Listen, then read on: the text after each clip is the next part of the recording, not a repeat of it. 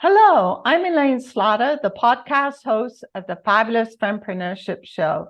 In this special series, we are interviewing the authors of an exciting new book called 8 Qualities of Great Leadership, the critical elements for current and future success. And we're trying to get the in-depth thoughts from our authors on their chapters. So today's guest is Kylie Van Leeuwen, founder of Elevated Coaching and Consulting in Australia, and author of the chapter on emotional intelligence driving leadership success. And absolutely, that's such an important topic for us to cover today. So welcome to our show, Kylie. Thanks, Elaine. I'm honored to be here. Great to chat to you. Well, it's great to chat with you, and congratulations on just receiving your US visa. I know you've been working on that for almost a year, and it's exciting for you now to be able to travel between Australia and your office in the US and spend some time building your business in the US. That's fantastic. Super exciting. Super exciting. So today we're going to talk about your chapter, the emotional intelligence driving leadership success. And we're going to explore the myths and misconceptions about emotional intelligence, because not everybody is familiar with the term emotional intelligence. So perhaps before we get started, you could tell us a little bit about yourself. Sure. So prior to launching my company here in Sydney, about 18 months ago, I worked for about the last 13 years or so in senior leadership and executive roles in predominantly the nonprofit space. So I've got a lot of experience and expertise working with people from disadvantaged backgrounds, predominantly people living with a disability, people from refugee backgrounds, women from all backgrounds, women seem to be very disadvantaged, but also working alongside more recently after launching the company with different companies in the private, non-profit sector, but also individuals around that diversity, equity, inclusion, and corporate social responsibility space. So we do a lot with leaders and leadership teams to help them understand what diversity, equity, access and inclusion and workplace psychological safety looks like in practice. And a big part of that is leadership emotional intelligence. Yes. So I'm excited to explore that with you today. So I think, first of all, it's important for our listeners to understand what is exactly emotional intelligence. So emotional intelligence, essentially, I guess in a nutshell, is the ability to identify and regulate your own emotions and understand the emotions and emotional responses and behaviors of others.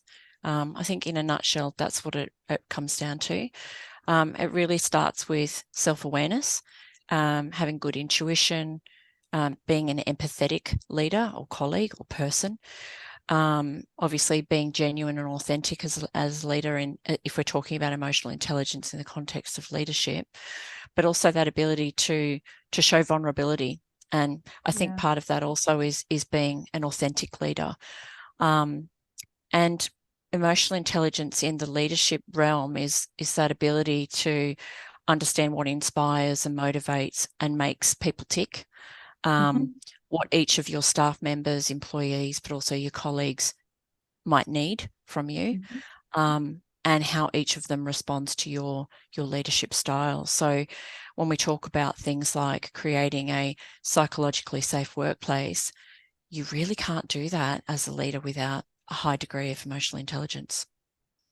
Yeah, you're absolutely right. And if you look at some of the leaders that we have, I don't know about in Australia, but certainly in Canada and the US and in the UK as well, you look at some of the political leaders and you have to shake your head and think that they don't all have very good emotional intelligence. They certainly don't communicate that they do. Yeah, that's it. And I think something to mention is that leaders with a high degree of emotional intelligence typically are the leaders that really communicate effectively, especially during times of change or disruption.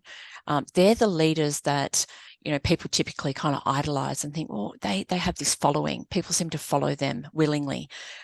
Those are the leaders typically that have a high degree of emotional intelligence. They have a high degree of self-awareness, self-management.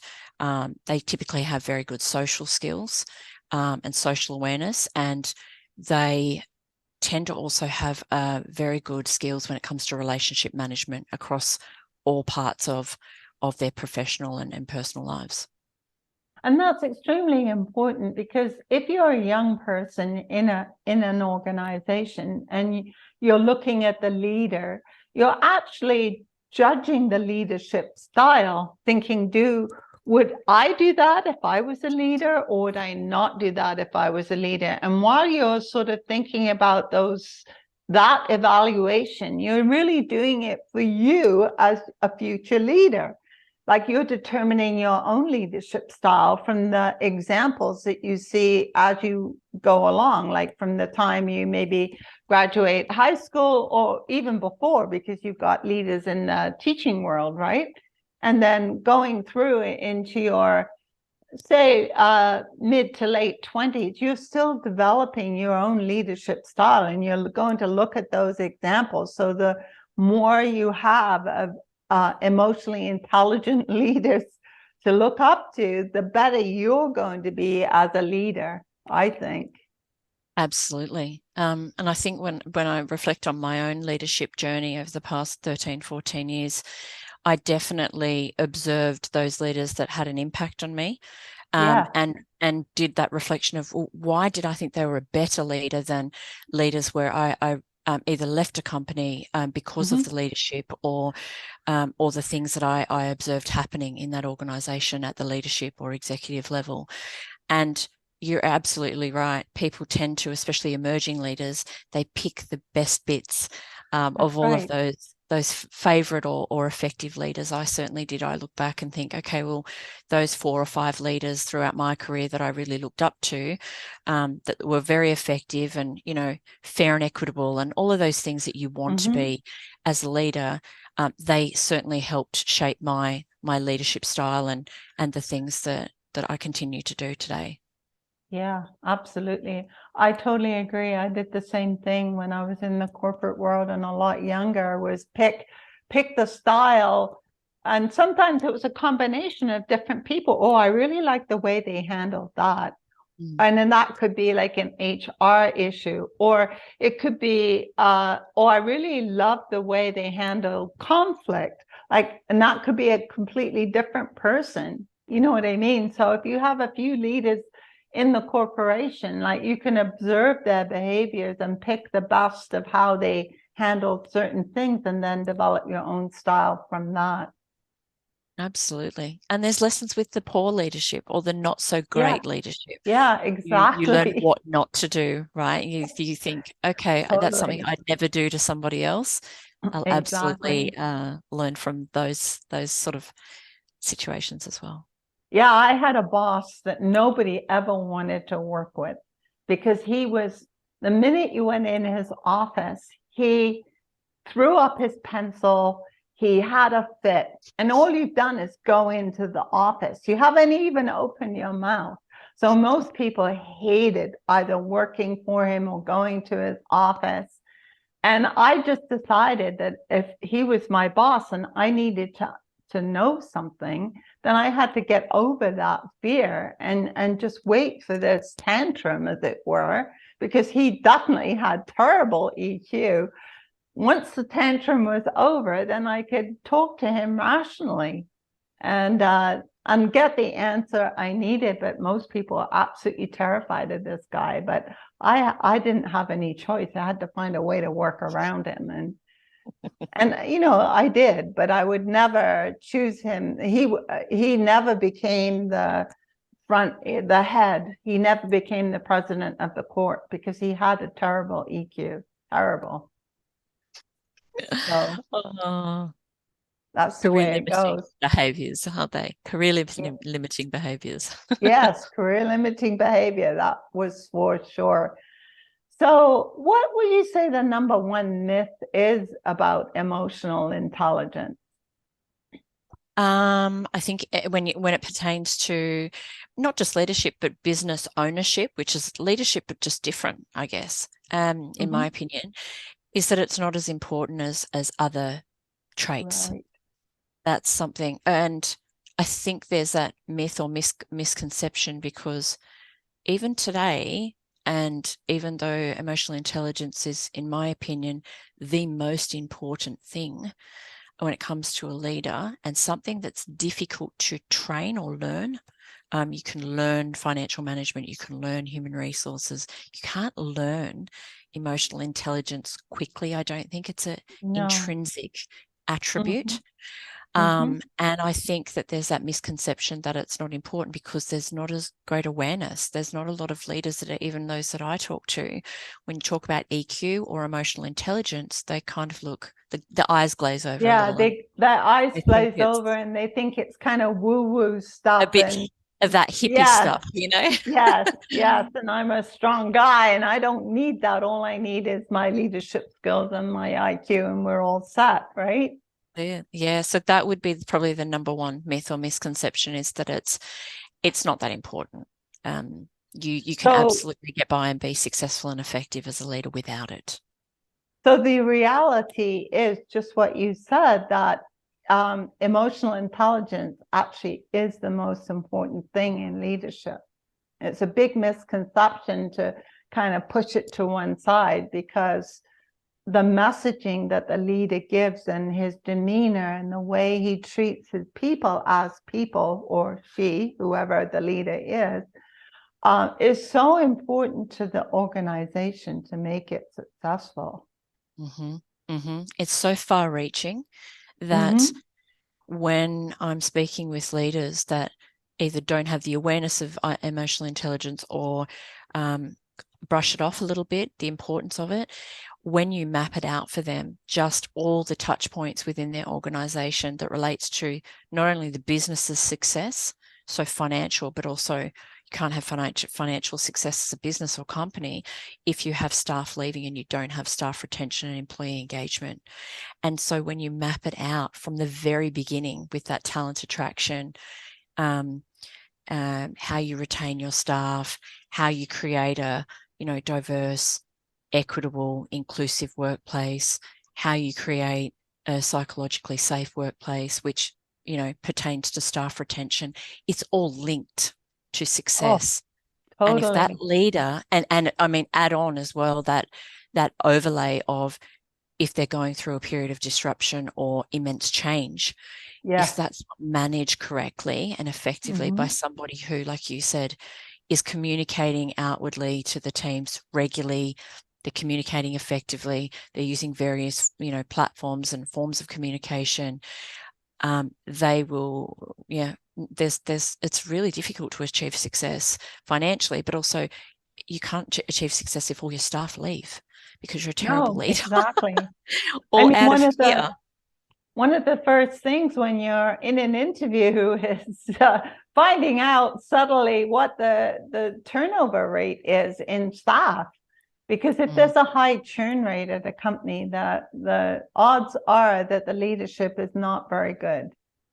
That's right. And I mean, because people leave a job not so much for the paycheck. Yes, they do, if they get a career boost somewhere else, but more because they don't like the work atmosphere. It's toxic, or it's cliquey, or it's psychologically demeaning, or whatever the situation.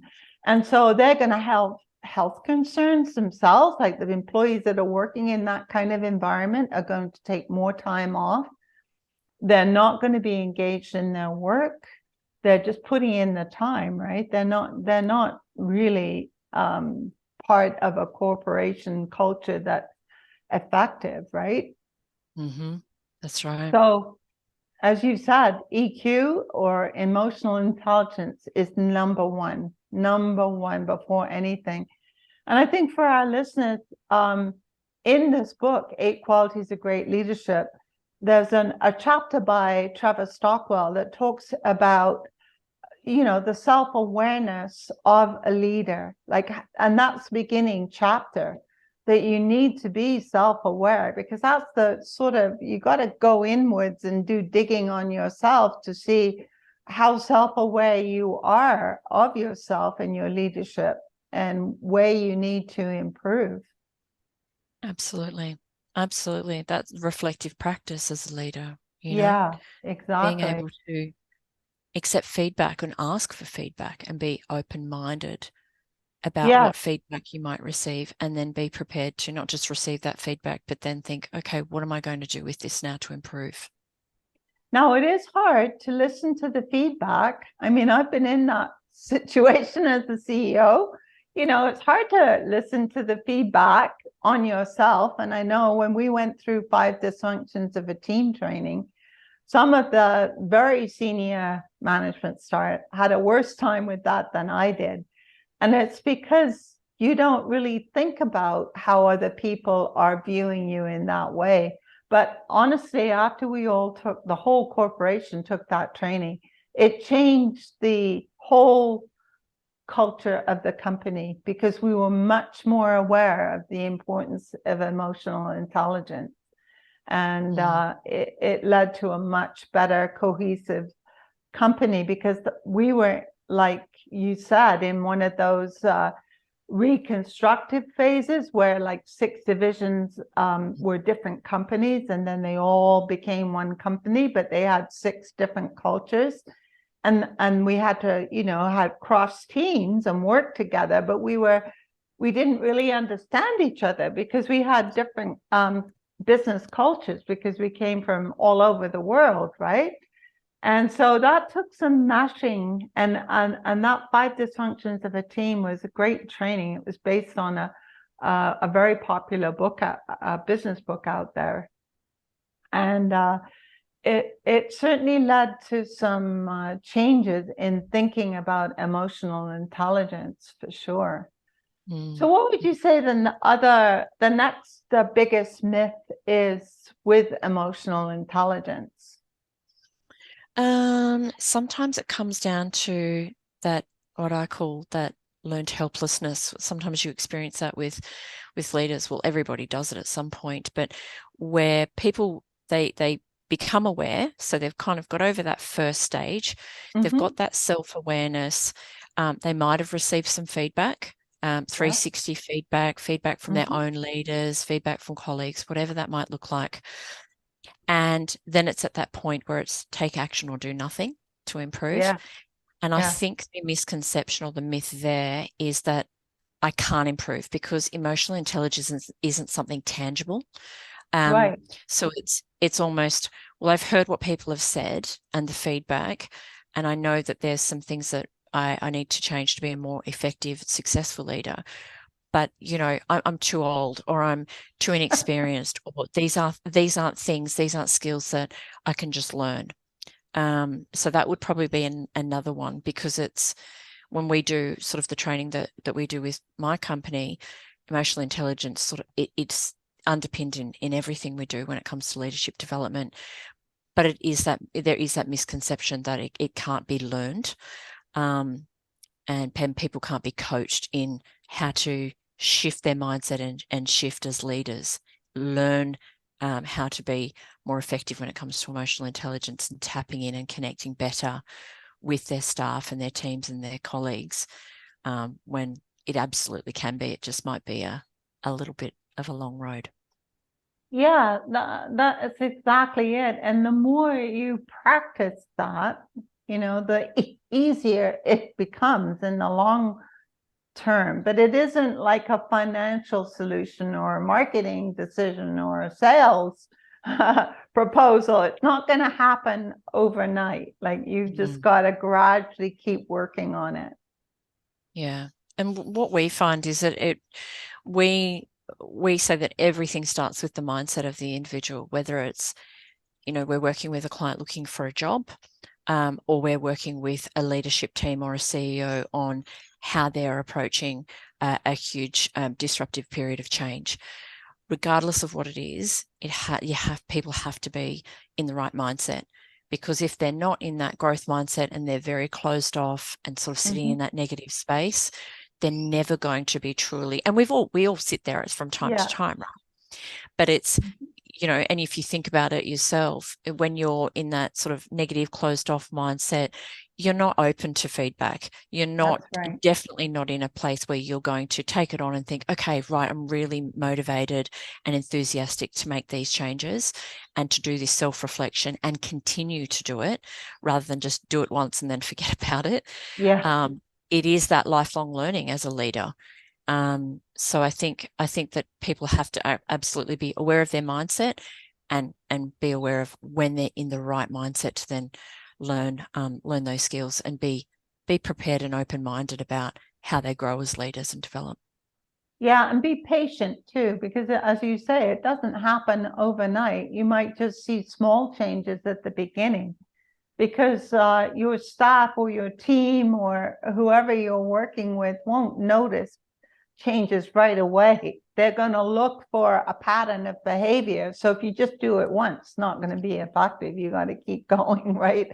And keep going so they understand that's part of the new you, or the open you that is seriously wanting to change, you know, and it's not just a flash in the pan for flavor of the month, right? That's it. Because I think if you do things once, and we've both no doubt had leaders like this and people listening, where you think, okay, this person's changing, this is positive, let's see, and then it just reverts back to poor behaviors again, or old behaviors, and you're doing more damage as a leader than good. Absolutely. You know, you want sustained behavior change. Yeah, and it has to be authentic too, don't you think? I mean, this isn't a fake thing that, oh, I got to learn emotional intelligence, so I read a book or I take a course and okay, I'll do exactly what the book says, and that's it. It's something that you've got to feel deeply within, and it becomes part of your psyche of how you're going to deal with events in the workplace. And not only the workplace, it's in your personal life too, correct? Because absolutely, you need those same skills to deal with your spouse, your children, your pets, whatever, you know, you still need that same skill. So it's a life skill that's worth learning. Absolutely. Couldn't agree more.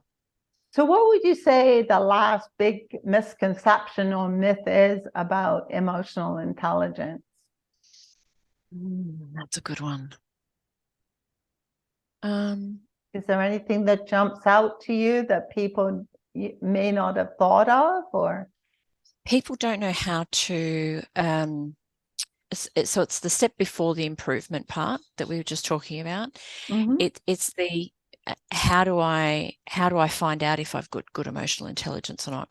And I usually say, if you're asking, then there's a good chance. There's a good chance there might be some work to do.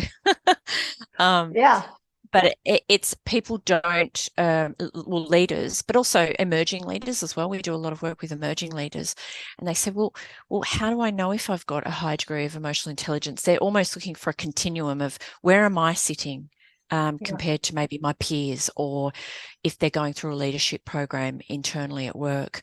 You know, where am I sitting as far as, am I up the higher end of emotional intelligence, and am I ahead of my peers, my other leadership peers, or not?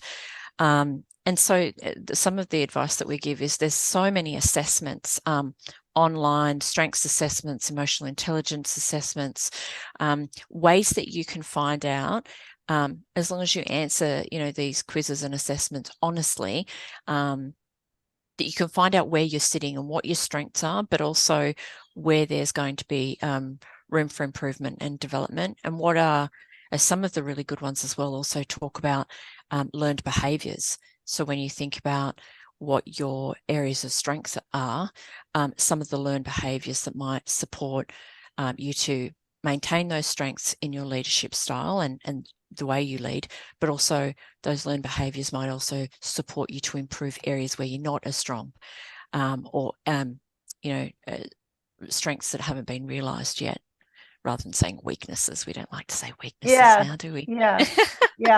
Develop your but quite aren't quite as strong. That's it. And so it's more that assessment of, well, how do I find out where I'm sitting? And also, who can I ask for help? They're two of probably the big ones before then you move on to the actual improvement and the actual work, which is the working on yourself and improving and learning the skills. And so quite often I say to people, look, there's assessments that you can do with a coach. We do those assessments with some of our clients that are looking in that space as sort of that setting the foundation for where they want to go as leaders and where some of their challenges and pain points are. And that gives you a really good idea of where are people sitting on that continuum when it comes to emotional intelligence. They might be doing some of those components really well. So they might have ticked that box with self-awareness because they're there having that conversation with you as a coach, but they don't feel comfortable yet with the authentic vulnerability that we know comes with people in leadership roles that are operating with a high degree of emotional intelligence.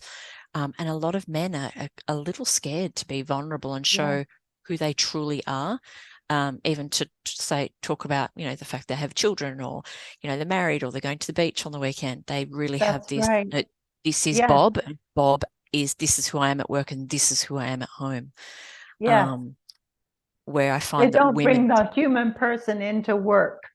Yeah. And then you work with a lot of these men and they sort of go, well, it's too much effort. I'm putting sort of a mask on at work. And then when they say, I'm just going to be myself, they're like, oh, that worked fabulously. I'm connecting with people better. And, my teams are talking to me about, their kids and one of their children are sick and they're opening up more. I'm saying that's because you're opening up more. So it's that reflection, what you put out, you get back. Yeah. Well, thank you for such a fantastic interview, Kylie. That's great. And people can find you at elevatedconsulting.net. And so again, I'm Elaine Slaughter, and thank you for joining us on the Fabulous Fempreneurship Show. And I'd like to invite our listeners to check out Elevated Consulting website and learn more about the fabulous Kylie Van Leeuwen, because this has been a really interesting conversation. So I hope everybody has a great day, and thank you for being on our show. Thanks so much for having me, Elaine. It's been great.